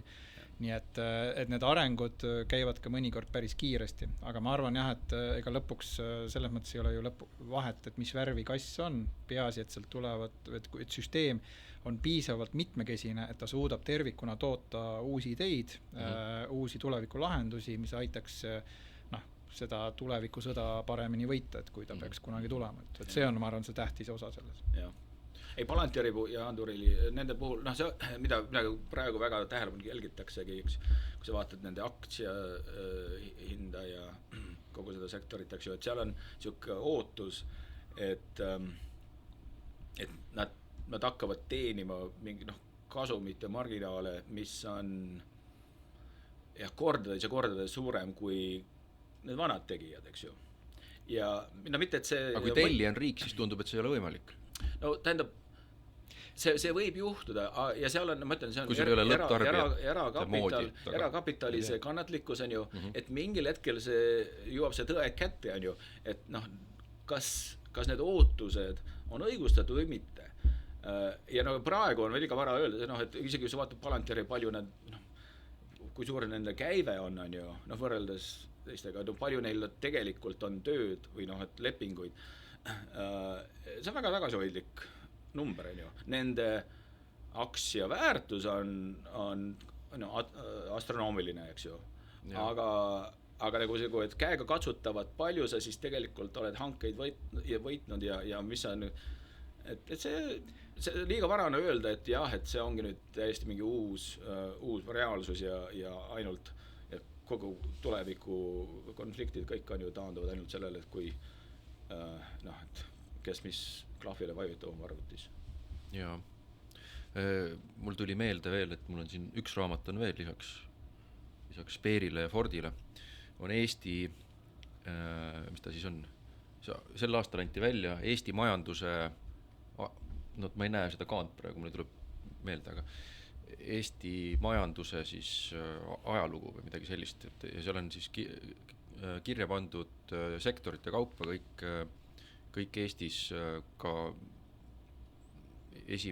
enne esimest maailmasõda olnud mingid ettevõtted või mingid tööstusharud. Ja siis 1912 loodi siia see asi, mis praegu on ka seal veel see BLRT on ju, Balti laevaremondi tehas.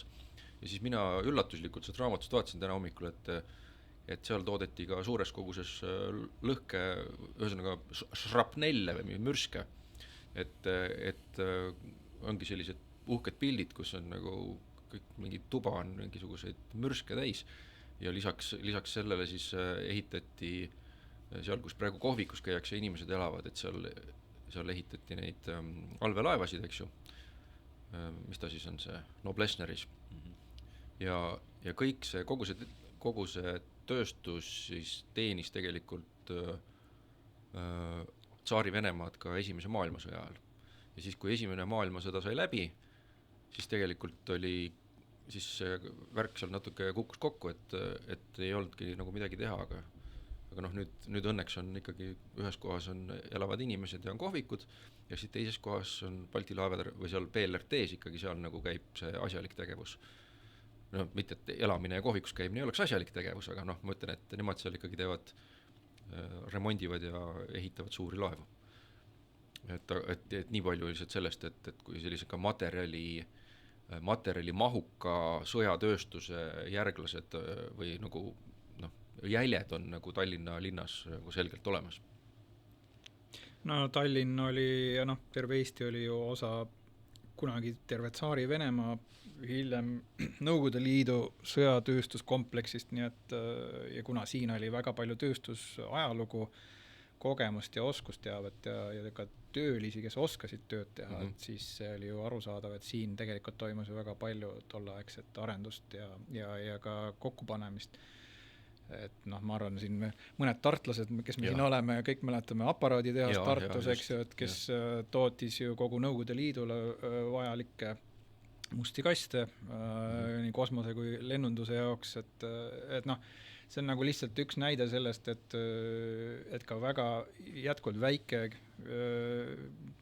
ühiskond või riik piisavas keskkonnas tegelikult on võimeline tegema väga olulisi osiseid ja juppe jälle nii-öelda sellest suurest pildist, et tookord toimus see Nõukogude Liidu viljastavates tingimustes aga me täna ikkagi võiksime rääkida, et kuidas Eesti samasugune koht välja võidelda siis nii-öelda NATO ja Euroopa Liidu raamistikus. Aga võib-olla korraks äkki sa teedki väikse tagasivaate, et ütleme Eesti, kui sina hakkasid siis Eesti kaitsetööstuspoliitik, kuidas sa olid selle kaitsetööstuse, mis olid kaitsetööstuse ma olin lauaametnik aastal 2005 Kaitseministeeriumis, kes kaitsetööstusega tol ajal tegeles, üks inimene.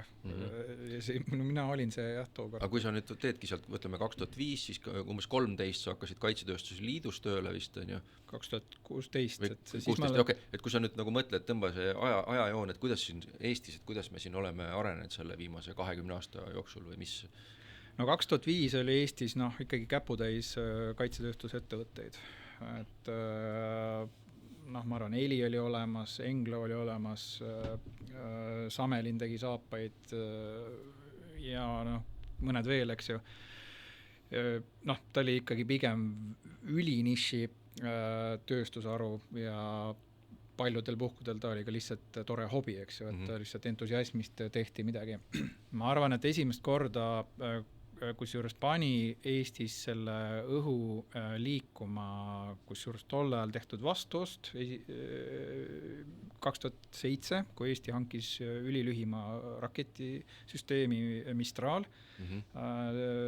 Prantsuse ettevõttelt MBDA, siis tookord me proovisime vastuostu rakendada, ma ise olin selle juures. Majandus- ja Kommunikatsiooniministeeriumiga me töötasime kena juhendi välja, viisime ellu ja tolle aja tulem oli see, et kuna sisuliselt kaitsetööstus puudus tol hetkel Eestis arvestatavas mahus, siis enamus sellest vastuostust läkski palkmajade ja ehituskiivrite tegemise peale. Et too hetk, ma arvan, mida see näitas, oli lihtsalt see, et süsteem iseenesest toimis, kasutegur võib-olla oli, ütleme, materiaalses mõttes kasin kaitsetööstuse vaates.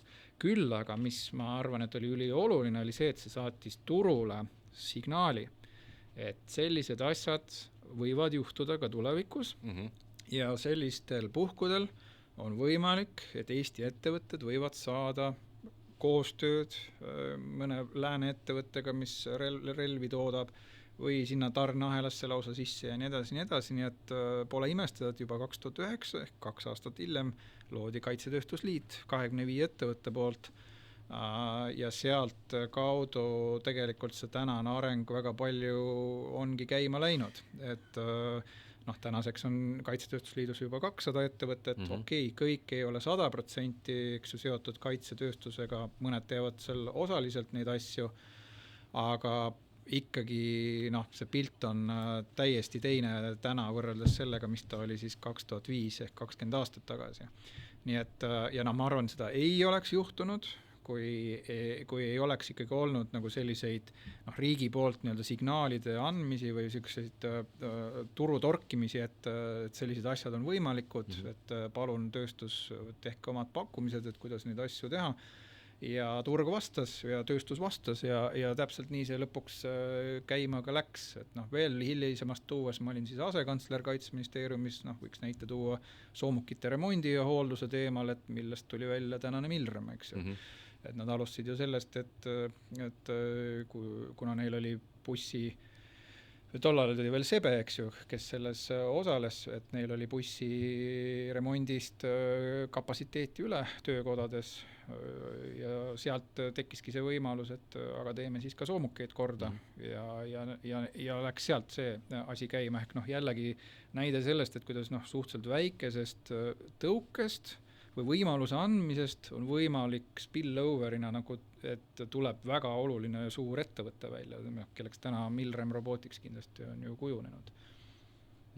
Ja tänaseks ta vist on ka maha müüdud välisosanikele või ühesõnaga vahet ei ole, eks ju, kuidas see nagu seal on, aga põhimõtteliselt on no omandistruktuur on muutunud, ütleme niimoodi, omandistruktuur on muutunud, aga ega töökohad ja see arendus ja töö on siin Eestis edasi. Just, aga noh, et see omandistruktuuri muutus lihtsalt viitab ka sellele, et minnakse ilmselt nagu laiematele turgudele, et ehk siis mingisugustest meestest, kes remontisid busse, eks ju, et sellest asjast on nagu välja kasvanud selline rahvusvahelise mingisuguse tähendusega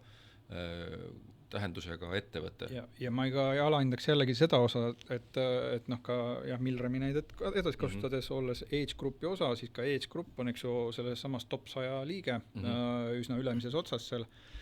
Ehk et see, et rahvusvaheliste suurte kaitsetööstusettevõtete nii-öelda allharud on siin Eestis füüsiliselt koha peal jällegi, ma arvan, oma väiksel moel suurendab Eesti julgeolekut. Et see on nagu väga selge asi jälle, kus Eesti saab kasvatada oma igapäevast turvatunnet.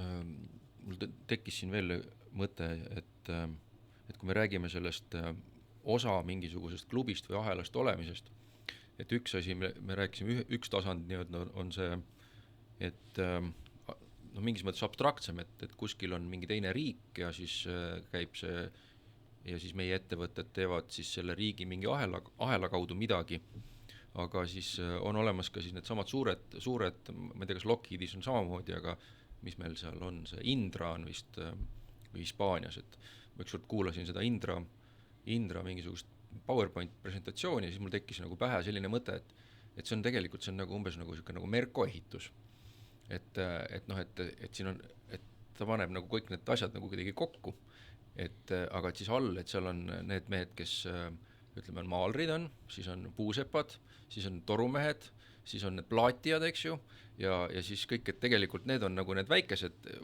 või need ettevõtted, kes siis kuskil teevad midagi, inimesed saavad tööd, teenivad ka kasumit, eks ju, ja siis need on need nii-öelda süsteemi integraatorid, kes kõik selle kokku panevad ja siis näiteks müüvad siis relvasüsteemi, ma ei tea, Eestile või Lätile või Leedule või kellele iganes, kes seda tahab osta.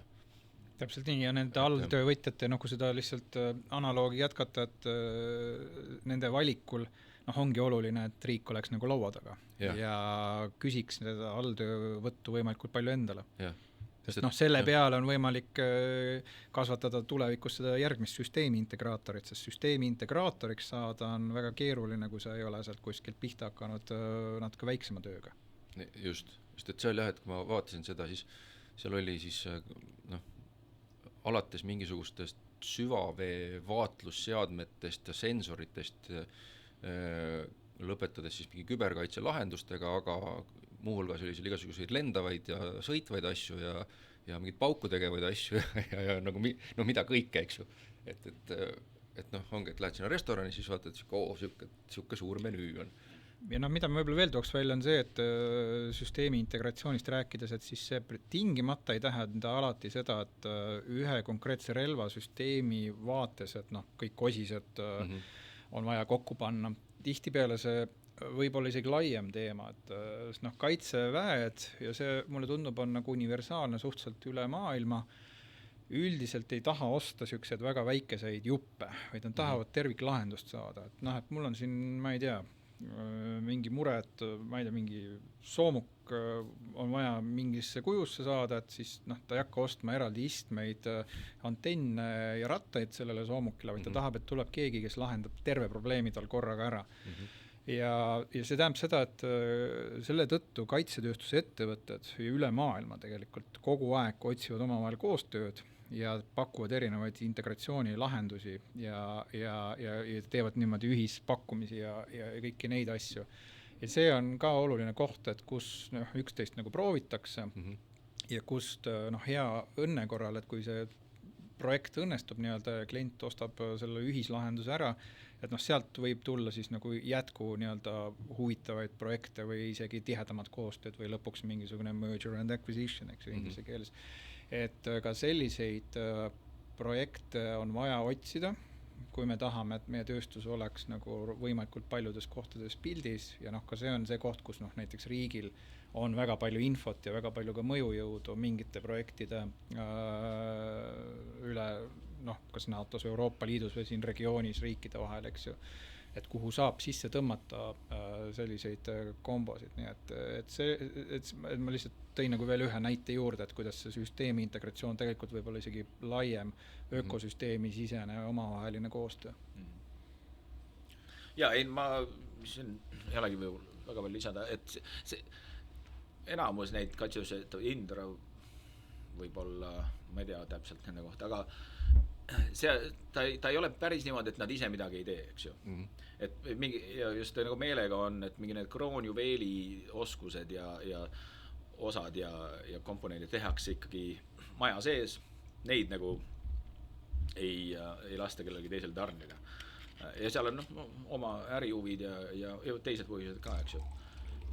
Aga see on vist umbes niimoodi kuskil 2/3 on jah, ütleme tavalise sellise süsteemi puhul, kuskil 2/3 selle kuludest on siis nagu tarnijad, kolmandad osapooled, kes siis toodavad mingit juppi või ja siis kuskil 1/3 laias laastus tehakse ise.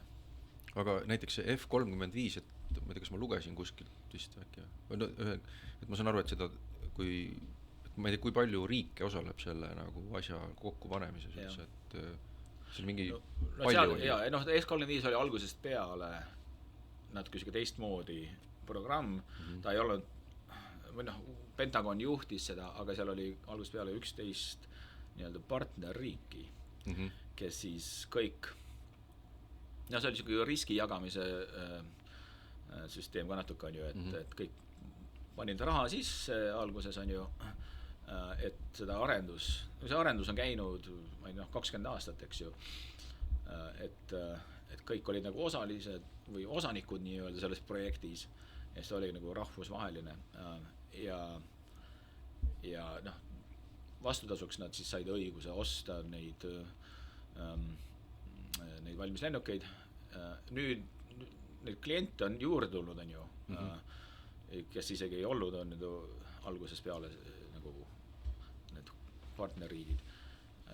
Ja neid müüakse päris edukalt, osaliselt kindlasti sellepärast, et ta ongi väga hea platvorm, aga osaliselt nagu me siin rääkisime, et see on niisugune hea viis, kuidas nagu liitlassuhteid üles soojendada.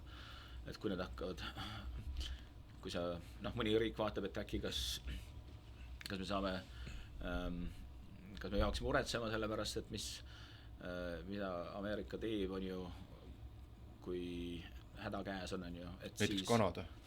Jah, kas või Kanada ja siis seal muidugi, seal käis see nagu väike laine üle, kus nagu hakati on ju rääkima kõva häälega sellest, et teie nüüd me ei tahagi enam neid F-35, eks ju, et pistke neid teate kuhu, et meil on vaja, on ju, me ei usu. Aga see kuidagi nagu üle, ma arvan, et kainem mõistus on jälle tagasi tulnud. Ja vahepeal hakati mingi prantslastega rääkima Rafaelidest. Ja. Aga kindlasti on fakt see, et kui nendes valdkondades, kus on head alternatiivid olemas, 5. põlvkonna hävitajatel lihtsalt läänes nagu keegi muu ei tooda neid, aga teistes kohtades, kus on valikuvõimalus, siis see on selge jah, et Euroopa on hakanud palju rohkem nagu sissepoole vaatama. Aga ma arvan, kõik see näitab ka seda, mida ilmselt kõik ju väga hästi teavad, et iga selline suurem kaitsevaldkonna ost on hästi poliitiline olemuslikult ja on ka sõnum, et kellega sa koostööd plaanid, sest kui sa ostad väga kalli keeruka relvasüsteemi, siis selle eluiga eeldatavalt on ikka aastakümneid, eks ju, et üks soomuk võib olla, ma ei tea, 40 aastat rivis, raketisüsteem 20 aastat ikka, eks ju. Et see tähendab seda, et kellega iganes sa selle koostöö käivitad, sa pead olema ikka väga põhjalikult eeltööd teinud ja enda jaoks läbi mõelnud, et miks ma ennast selle riigiga seon, sest lisaks sellele tootele ja tööstusele, kes seda toodet toodab, sa saad tegelikult ka selle suhte selle riigiga. Et see on nii hea kui halb kui ühe korraga. Hea selles mõttes, et ta seob, kui on nagu hea partnerlussuhe, halb see, et kui see suhe läheb natuke miskit pidi mädanema, siis on väga keerukas seda süsteemi toetada, nii et see veel kord viitab sellele, et partnereid tuleb hoolikalt valida oma kohast selles maailmas ja ökosüsteemist tuleb aru saada ja olla realistlik selles osas. Ja mis kõige tähtsam on see, et igal juhul tuleb see oma koht sinna laua äärde nagu korralikult välja võidelda, et see on nagu see, mida ka teised riigid niikuinii ootavad, et iga riik teeb. Ja loll oleks seda siis mitte kasutada. Jaa, et me oleme rääkinud siin sellisest lääne demokraatlikus ühiskonna kaitsetööstus või kuidas see oli, sõjatööstuskompleksist, mul kogu aeg läheb sassi see sõjaliks tööstuslikust kompleksist, jah. Et aga samas sinna teisele poole nii-öelda eesriide taha, et kas te sealt oskate ka midagi kuidagi valgustada, et kas üks asi, mida Jüri ütles, et kui me rääkisime selle saate mõttest, Jüri Adams siis, et siis ta mainis neid Venemaa mingisuguseid kinniseid linnu, kus toodetakse sõjatööstusega vajalikku siis materjali või tehnikat. Ja seda, kuidas seal on tegelikult mitmete põlvkondade kaupa või mitu põlvkonda inimesi on juba töötanud seal ja siis nad nagu tegelikult ei kujutagi ennast ette kuskil mujal sektoris. Et ma ei tea, kas Ameerikas on ka niimoodi, et seal me teame, et Area 51 on seal, kus on hoitakse neid ufonautide laipasid, eks ju, või ei, see on see oli nali. Aga kinnised linnad on ju, me ju teame ju, et on kinnine linn nimega Stalsk 12, kus siis toodetakse inverteeritud kuule, mis siis lendavad püssi torvu sisse tagasi. See oli küll ühes filmis, eks ju, mis ka Tallinnas osaliselt üles filmiti. Ja me teame, et ega sealt sellistest kinnidest linnadest tulnutega ei tasu mängida, et see ei pruugi hästi lõppeda. Aga ma olen ise ühes sellises kinnises linnas ka USA-s käinud, Los Alamos oli see koht, kus töötati veel USA tuumaprogrammi, nii et ega ma arvan, et väga kõrged julgeolekut eeldavad projektid tingivad selle, et sul on see turvaala seal ja ma arvan, see linn on ju tinglik, eks ta sisuliselt on nagu sõjaväebaas. Lihtsalt need suured sõjaväebaasid on tihti suuremad kui mõned linnad, eks. Et lihtsalt kuna inimesed elavad seal, siis on neil kõik eluks vajalikku seal käejala juures vaja, kinod, lasteaiad ja koolid käivad sinna juurde ja siis tekivad need linna nagu paralleelid. Nii et ma arvan jah, et sellistes väga tundlikes asjades nagu tuumarelv tõenäoliselt, need on jätkuvalt vajalikud selleks, et see turvalisus oleks tagatud. Aga ma arvan, et palju maistemates teemades see kinnine linn nii-öelda paralleelina võib tänapäeval ka olla näiteks kübermaailmas, eks ju, täiesti kasutatav, et kui sa mõtled mingisuguse firewalli või turvamüüri peale, eks, et kuidas sa oma turvavõrke kaitsed, eks ju, et siis see ja mille sees siis kogu see arendus nagu käib kaitsetööstuse valdkonnas, nii et et tegelikult neid kinniseid linnu annab virtuaalses mõttes ka täna ka selliselt luua. Mul on tunne, et me katsime ära selle sõjalist-tööstusliku kompleksi vähemalt mingid küljed või ütleme, joonistasime sellise maailma, et me oskaksime ise ennast ka sellesse kuidagi nagu asetada, eks ju. Ja et ma ei tea. Kui tohib. Palun, loomulikult, muidugi. Toru argile viskab, et sul on Speer ja sul on Fordi raamat ja ka tegelikult kuna me siin Eesti kaitsetööstusest räägime, tegelikult üks inimene, kes ei ole võib-olla nii tuntud, aga ma ütleks, et tema panus kaitsetööstuse arengusse ütleme, mitte isegi kaitsetööstusega, aga sellise nagu Saksamaalt teise maailmasõja ajal alguse saanud sellisele uuele lähenemisele, kuidas kaitsetööstust, aga muid ütleme, selle avaliku sektori ettevõtteid, kuidas neid siis ohjata. ja kuidas optimeerida ja kuidas seda kõik teha nagu kuluefektiivselt, on tegelikult üks eestlane. Ja teda võib internetist järgi vaadata Rein Abel. Rein Abel põgenes pärast teist maailmasõda Ameerikasse, kus ta läks, ja ta oli nagu raamatupidaja oma elukutselt, aga ta lõpuks omandas doktorikraadi raamatupidamises Columbia ülikoolist, mis mulle siiamaani tundub nagu väga, väga siuke teistmoodi, et meil on raamatupidaja ja siis on doktorikraadiga raamatupidajad, eks ju, et see on hoopis midagi muud juba.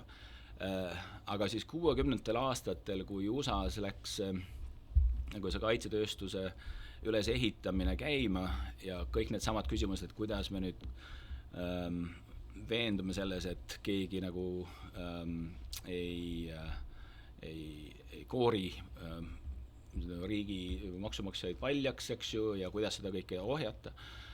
Selleks leiutati, aga võeti kasutusele kulupidamissüsteem, mis põhines just Natsi-Saksamaa omaaegsel samadel sellistel jah, just selles nagu raamatus kirjas oli.